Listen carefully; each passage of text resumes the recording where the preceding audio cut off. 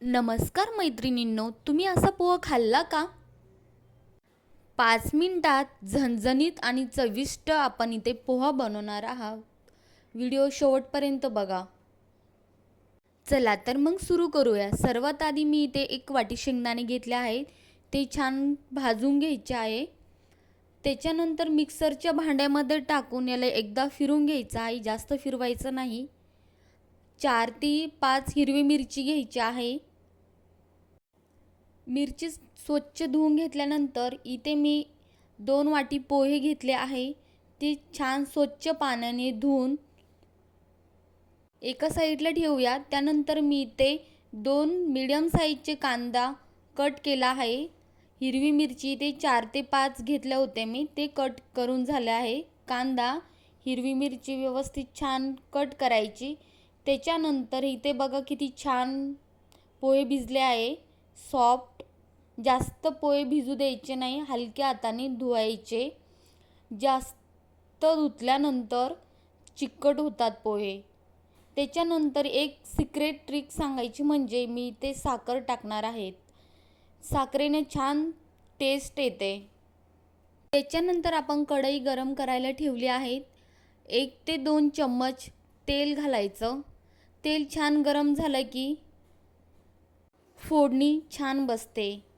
त्याच्यानंतर आपण घेणार आहोत इथे 1 चम्मच मोहरी, त्याच्यानंतर 1 चम्मच जिरा, बारीक कट केलेली हिरवी मिरची,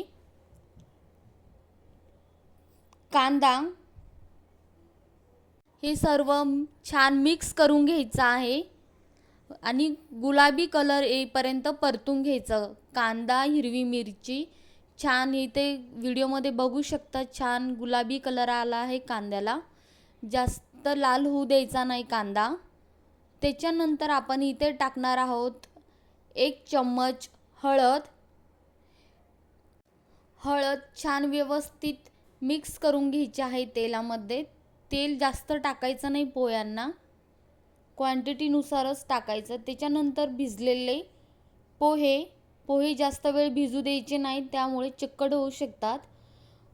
पोह्यामध्ये आपण मिक्सरमध्ये फिरवलेले शेंगदाणे, त्याच्यानंतर टेस्टनुसार मीठ घालणार आहोत इथे. अशा पद्धतीने तुम्ही नाश्ता नक्की बनवून बघा. तुम्ही एकदा खाल तर सकाळी रोज हाच नाश्ता बनवून खाणार. याला छान व्यवस्थित मिक्स करून घ्यायचं आहे. साखर टाकायची त्याच्यानंतर. इथे बघू शकता एकदम सुटसुटीत आणि मोकळा, सॉफ्ट आणि फ्लफी आणि चविष्ट नाश्ता तयार आहे. इथे तुम्ही बघू शकता. त्याच्यानंतर मी इथे 2 ते 3 मिनिटासाठी झाकून ठेवणार आहेत. यामुळे छान पोहे फुलतात.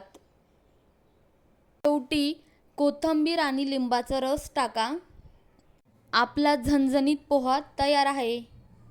तुम्हाला ही रेसिपी आवडली असेल तर व्हिडिओला लाईक करा, कमेंट करा आणि सबस्क्राईब करा. अशाच नवनवीन व्हिडिओसाठी सबस्क्राईब